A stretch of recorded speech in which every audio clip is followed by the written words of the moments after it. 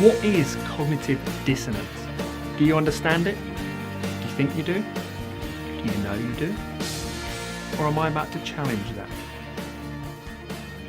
Hey everyone, Mike Sweet here from mikesweet.co.uk, giving you the edge in life and business with NLP and psychology.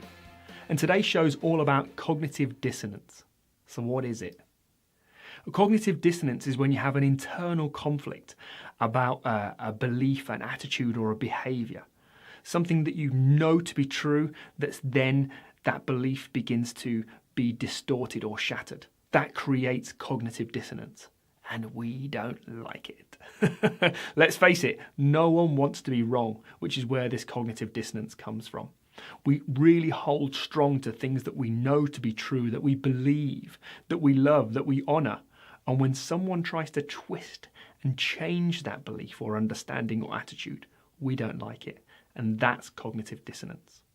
The theory of cognitive dissonance was presented in 1957 by a chap called Leon Festinger, I think that's how you pronounce it. And he did some research on a particular cult. And this cult believed that the world would end by flood. And it might do one day, but they had a specific date for it. So some of the cult began to grow and began to adopt new members because the world was going to end by this flood. So they began indoctrinating different people to join this cult, and it built up quite a sizable number. People left their jobs, left their homes, just to join this cult to spread what was going to happen on this very particular date. They knew it was going to happen. But, as all end of the world theories go, as we know all too well, it didn't happen on that particular date. The date came and the date went. So think what would happen to the members of that cult. Some people would just go, well, it didn't happen, we've saved, we've moved on. But the main members of the cult, in fact, a big majority of the cult, stayed together because they believed that something else was going on. See, even in the face of evidence, of absolute certainty, when they thought something would happen and didn't happen, the cognitive dissonance set in. This inability to let go of something that they held so strong. So they begin to adapt, to fabricate, to manipulate the idea of what this may mean for them. Cognitive dissonance is powerful. Holding on to something you have believed or believe so well can be problematic. Can you see? So what can you do about cognitive dissonance? Let's face it, as I've said, no one wants to be wrong, which is why it's there. We want to have certain beliefs and certain attitudes which define us, and that's fine. But cognitive dissonance holds strong and true. Let's look at those smokers. I'm not picking on the smokers for any other reason that I've written about it in the blog, and the video is going to match that. But even in the face of the cigarette packet showing lungs that are repulsive to look at, hearts being severed out, and in the knowledge that we know smoking kills, it says it on the packets, the studies are there, the cancer inflation's there, we can see it. Those that smoke go, well, I enjoy it. Well, it's a timeout. Well, I've done it all my life. Well, my nan lived till 90 and she smoked since she was 14. You see, we're able to fabricate an answer to something even though the evidence is so strong, to create and to hold on to something that we believe. You can see how it's problematic. But how can we let go of cognitive dissonance? How can we stop that twisting feeling inside? Well, firstly, is to accept. Sometimes you need to just accept that you are wrong. In fact, something I have is I try and only ever be 99% right. That means I've always got possibility to allow something in. Keep curious, something I mention in lots of these videos. Curiosity really is the key. Ask, what is it that I've missed? Can this be really true? Our brain, as we discussed before, lazy thinking will go on to try and piece things together and try and make things right for you to prevent this dissonance. That's there. So it's really about letting go of attitudes and beliefs. And a lot of that can come through new education and new understandings.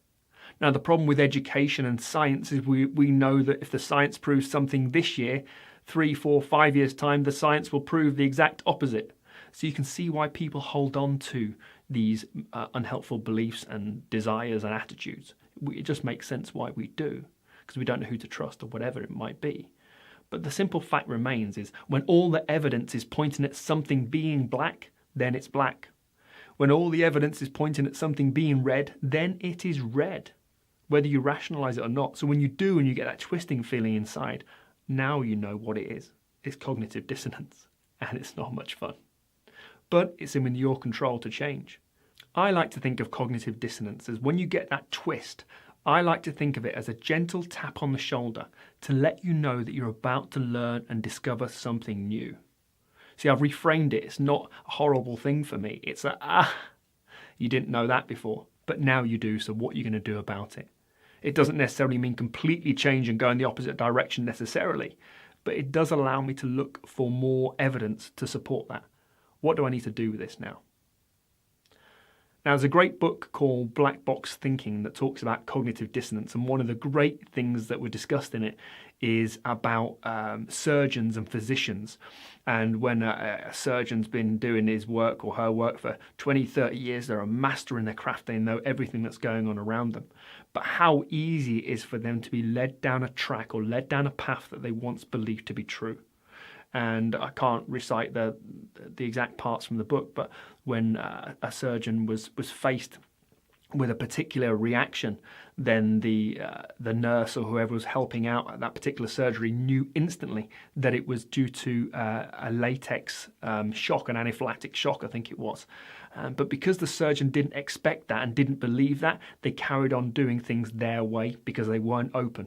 And then when faced with the knowledge coming from a nurse or from a miner within the operating theatre saying, look, this is what it is, then that created such a level of cognitive dissonance that the surgeon wanted to carry on doing what they knew.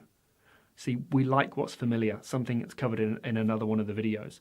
And they weren't able to be told by someone in a position of less authority. That's covered in another one of the videos as well, is why we're persuaded by authority.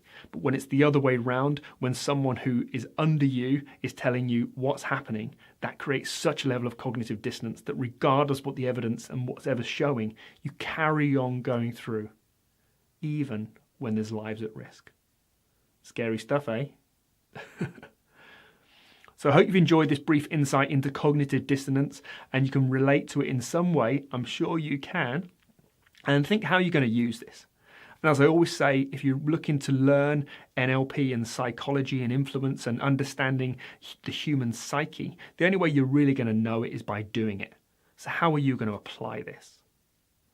So if you're struggling to think how you can implement this in your life, head over to mikesweet.co.uk/sign up, put your email in the contact form there, and you'll be sent a weekly email with a tip and a practical way that you can begin to implement this stuff in your personal life and business, because that's the way you're going to absorb it. So remember, you can find me on social media at Mike C. Sweet on Facebook, Instagram, and Twitter. Let's get connected, and please do like, please do share, and please do comment. I'll get back to as many as I can. I'm going to say all, but I'm going to be realistic just in case. Optimistic rather than realistic. So please do share this, please do like it, and let's get connected on social media. Speak soon. Bye for now.